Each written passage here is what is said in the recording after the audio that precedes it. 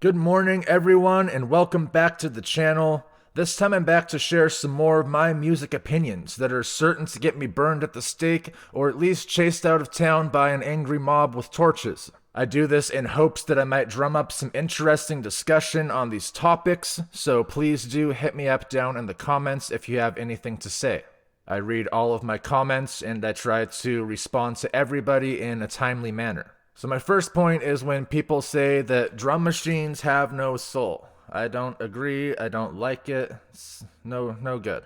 Half or more of the music out there these days is created using drum samples for the percussion tracks. Even your absolute favorite and your most legit traditional rock drummer, when you hear them on the album version, especially in anything that's newer than 2010, then you're probably hearing a mix of the live drummer's performance that has been quantized, which means that it's adjusted by an algorithm so it fits the grid a little bit better. It lines up on all of the beats and bars inside of your music making software. A lot of the times, a drummer will hit the drum, but then inside the computer, that will be used as a trigger. And then a trigger makes a drum sample play instead. And they do this on most commercial album releases just to make sure that the drums have a consistent sound that isn't out of rhythm or anything like that. They just want to make sure that the album is going to sound as good as it possibly can. And they accomplish this by sucking all of the soul out of your drummer's performance anyway. So maybe drum machines don't have a soul, but also live drummers don't have a soul anymore either, right? So unless you're hearing that drummer live, you have no idea what they sound like live. You have no idea what they sound like playing a real kit and unaltered. Think of it like the drummer version of using the ever-dreaded auto-tune. The other side of this too is that people don't really use traditional drum machines that much anymore, right? Like that was kind of a relic of like the 80s and the 90s. A drum machine is pretty lame out of the box. It will just give you like one drum beat that loops over and over and over. And there's certain more expensive ones that you can write like a sequence for. Maybe it'll have like a verse riff, a chorus riff, and a bridge riff, and maybe a little fill that'll go in between, and maybe you can tap a little button on the floor and make it switch, right? But drum machines in a traditional sense are very limiting, and they're also like really outdated by this point too. So the argument of saying that drum machines have no soul really doesn't count that much anymore, because it's not really so much just somebody pushed play on the drum machine. An engineer sat there behind their computer for hours and hours on end, trying to arrange each kick drum and snare drum hit, each hi-hat pattern to be exactly perfect. Like a lot of producers get lazy on this part too, but I mean, when I make electronic music, I sit there and I make sure that every single beat of the drum line is completely custom to what I need, and I spend a lot of time making sure that there's variations and there's very little repetition. I don't like repetition in my music. I think it makes it really boring if the same part repeats too much, so I put extra special attention to making sure that my music does have soul, even if it was only created with drum samples.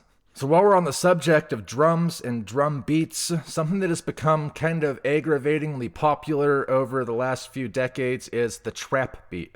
Trap music itself has never really been my favorite genre. I'm kind of like an angry grandpa sorta when it comes to rap and hip-hop, in the sense that I really like the stuff that came out in the 90s and the early 2000s, and pretty much so anything that happened with the genre as far as like big trends go in the last 10 to 15 years has been pretty much some in direct opposition of what I enjoy in hip-hop.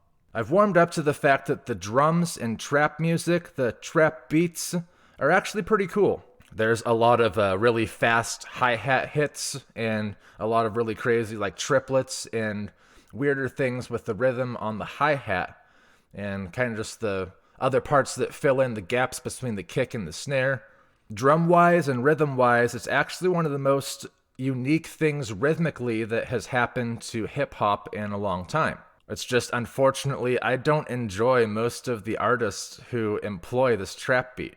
It's like the hi-hat's the only thing I really like about the whole song, right? But being a longtime trap hater, I have to say that the drumming's pretty cool, and I really like that style. It's just irritatingly overused here in 2021. It's not really just in hip-hop music, but also like on YouTube. If you watch like anybody's YouTube video, they probably use a trap beat somewhere in the intro or bumpers to their videos. Anyway, we'll move on and shoot off a few more opinions here. Bob Seger, don't like him. I think he's pretty overrated too. It's kind of like what I said about AC/DC in my last video. It's just kind of one of those really overstated, overdone staples of classic rock radio that just has nothing exciting about it to me at all. It's all just very vanilla music that doesn't do anything too dangerous tonally, doesn't really do anything to hook your ear that much. So like harmonically and composition wise, it's just like really safe music with like really rounded edges that doesn't do anything too risky or too far out of the box. And it's trying to be like really like heartfelt, like emotionally geared sort of music, but to me, like it's just so on the nose and simply stated for me that it doesn't really evoke any strong emotions that much. It's like I get the feeling that they're going for, but it's kind of just like emo music for your grandpa. Expensive instruments are great. Cheap instruments can be just as good.